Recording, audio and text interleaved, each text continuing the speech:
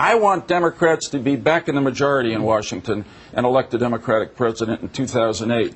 This man and his supporters will frustrate and defeat our hopes of doing that.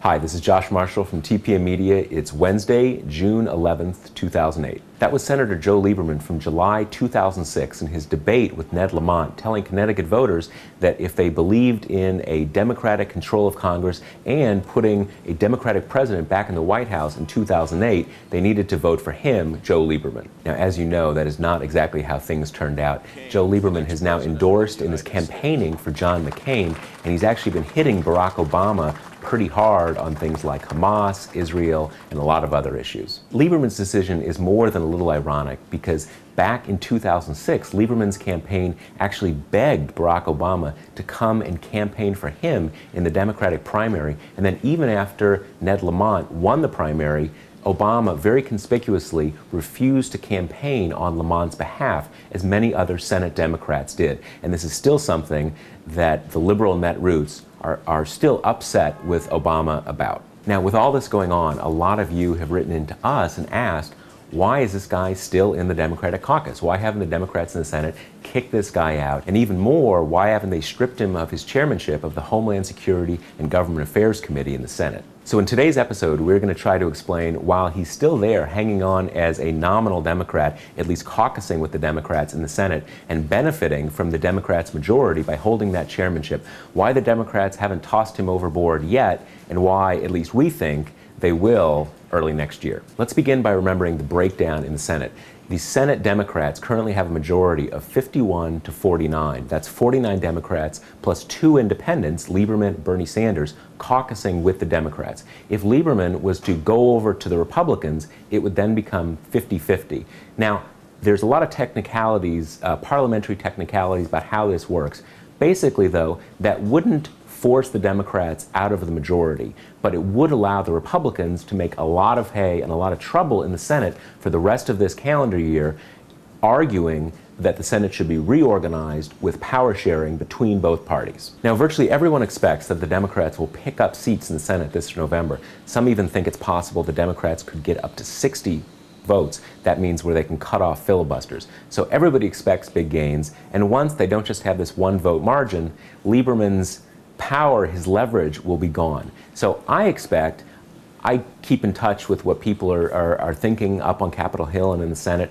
My sense is that the Senate Democrats, in the last few weeks, they are basically done with Lieberman. There are very few of them who are going to want to argue his case, why he shouldn't be expelled from the caucus, or again, more specifically, have his chairmanship taken away from him. But I want to look a little more specifically about how this might unfold and how people at the grassroots may end up having an effect, having a role in forcing the other Senate Democrats to take away Lieberman's chairmanship and basically boot him out of the caucus. Now, the leader, Majority Leader Harry Reid, has the final say on committee assignments in a new Congress. But let's look technically, kind of a little more down in the details, how this works. There's a standing committee of the Democratic caucus called the Democratic Steering and Outreach Committee. After the election, it's their job to go through and dole out the assignments to different committees. Now, usually all that really means is everybody who's already there, the chairman, the ranking members, and so forth, everybody keeps what they had, and it's mainly a matter of moving some people around and taking the new members of Congress and giving them initial committee assignments. But technically, all the committee assignments, even the chairmanships, are up to that committee when they reorganize the new Congress. So that committee makes a recommendation to Harry Reid, the majority leader, who then okays it, and then they promulgate it through a series of parliamentary and legislative procedures that put it all into effect, makes people chairmen, ranking members, and members of various committees. Now, normally, no one pays much attention to these processes. These are just technicalities happening behind the scenes.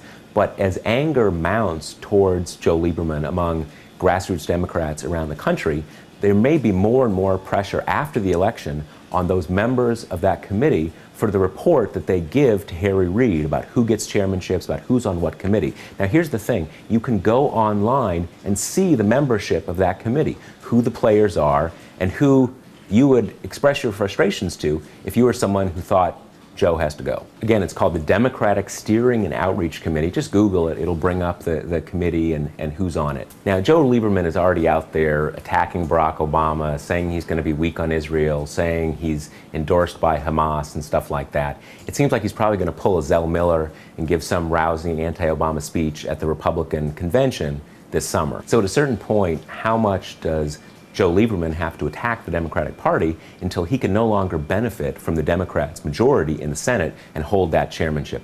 I don't think it'll be too long after November, and I strongly suspect that when the new Senate, the new Congress is sworn in next January, Joe Lieberman will no longer be part of the Democratic caucus, and he'll no longer hold that chairmanship. So if you're one of those people who's out there and really upset at Joe Lieberman's antics, just say to yourself, wait till November.